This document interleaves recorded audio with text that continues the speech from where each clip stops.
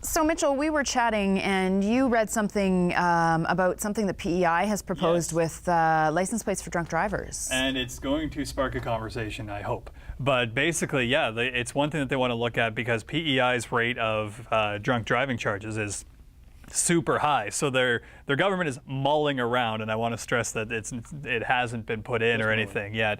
Yeah, it was definitely, they're still just sitting there mulling. Yeah. It was in July that they came up with they might put a special sticker or something on the license plate of a convicted drunk driver. Sort of like the veterans plates. You get the poppy in the middle there. Nowhere near as honorable. Very different meaning. Very different, yeah. Yes, You don't get to free parking clarify. downtown if you have that. The drunk driving sticker. Yeah. So I was reading this article and I'm just like, I mean, if a guy makes a mistake once, you shouldn't make that mistake first off. But I mean, it's just like you would almost feel for the person. But if it's a repeat offender, then it's like, well, then maybe it's a good idea. So I was I don't unsure know how much I would feel for the person.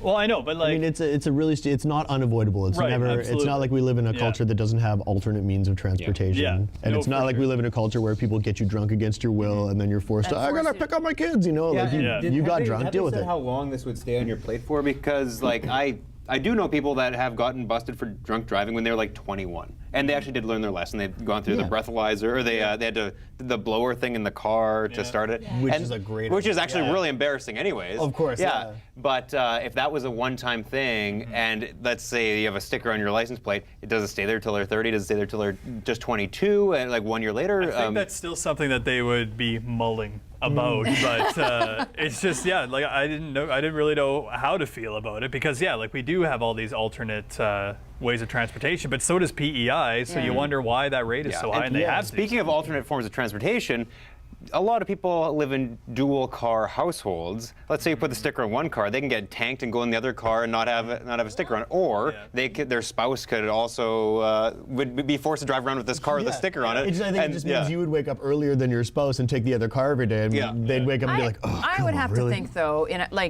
if that was my household, it would be, it's your problem. That's your vehicle. You don't get in mine. You don't touch mine. Because I would never, if my partner got convicted of drunk driving, there would be a big issue in our household, and there's no way I would let him get off with, well, you can just take my car so no one sees it. No, you are going to live with the consequences, and I would imagine I don't know, maybe a great majority. I would hope that a great majority of people would respond that way, that it's, you support your spouse or your partner, whoever you're sharing a car with, whatever, but I'm not driving your stupid drunk driver car. Like, here it's your sticker, no way. No. Not a chance. I'm not going to get seen in public in that. That's your problem. So I would hope that you wouldn't have wives covering for husbands or husbands covering for wives. But that raises the question, what about one-car households with two people that share the car and one person gets it, right? Yeah. Then you have to, it's either you have that stigma attached to you, or you have to take the bus. Well, then it's a deterrent, right? So if you screw up enough to get that sticker, and then you make your partner look like they can't drive around. Yeah, because every time you see them, they're like, you really, Why are they driving in the first place? I did a bit of research. And PEI has double the drunk driving rates of the national average is. So I don't know if a sticker is the right way. You have to look at the problem. Like Manitoba used to have very high drinking driving law or percentages, whatever you want to call it, and I believe that it's gone down quite a bit, and is more through education and through MPI working with people and through a lot tougher laws that weren't sticker related. Here's the thing, though. I think and it's just a thought, but you look at cities like Toronto, Vancouver, Calgary, it's very easy to go out to the places where people will go drinking and then take public transportation home.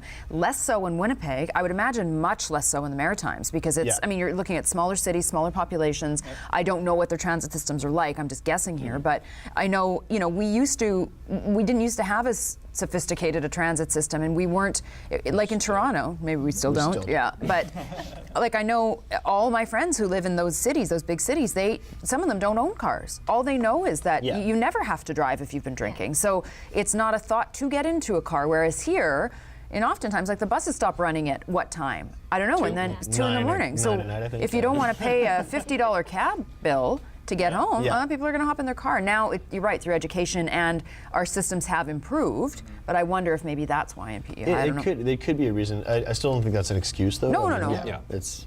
But again, we've made improvements through, and so hopefully there will be education and more deterrence to make improvements there so that their rates, and if that's how far they have to go. I mean, look, we just had to add demerits and a fine and a bigger fine to driving and texting and driving, right? Yeah, and you have to look at it as well. They're not going to put the sticker on if you're a serial speeder or if you're a serial texter and driver. So, things that equally can kill people. Yeah. Like if you're a bad driver, they're not going to just oust you as being a bad driver. Yeah. It really, and I'm not coming out for and against because there's a lot of I don't know. There's a lot of gray area in this one. But it's not as complicated or it's not as simple. You know what it really reminds me of though is the sex offender system in that you can go to a map. There's a blue dot on someone's house saying this person's a sex and that'd be the next step, right? Like you got to go door to door, like, hey, I'm a drunk driver. Yeah. Just so you Also know, a sex offender. stay off the streets. You know. Yeah, for sure. Yeah.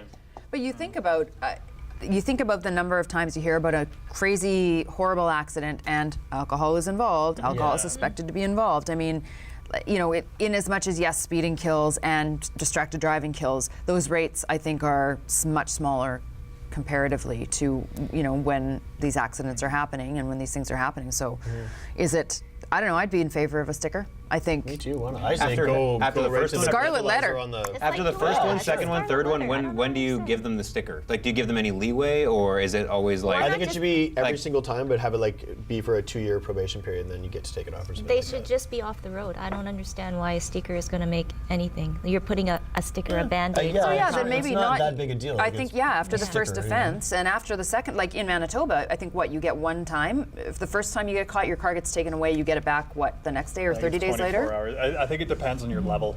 But if you're then really right, that's right, the Mount Alkaline system. But then, so let's say you get sticker the first time, and after that you don't get a car anyway. So maybe again, it's deterrence. And if you're dumb enough to make that choice, knowing that that's going to happen to you, well, if you're going to get the sticker on your car, going to get the sticker on your car. I don't think there's a lot of gray area there. To me, I feel like it's pretty black and white. If you've made that choice to get in your car after you've been drinking, you suffer the consequences. And fortunately, the consequence of a sticker is a lot less than the consequence of murdering someone with your vehicle. Absolutely. So, I'd agree. all right, thanks, Mitchell. Yes.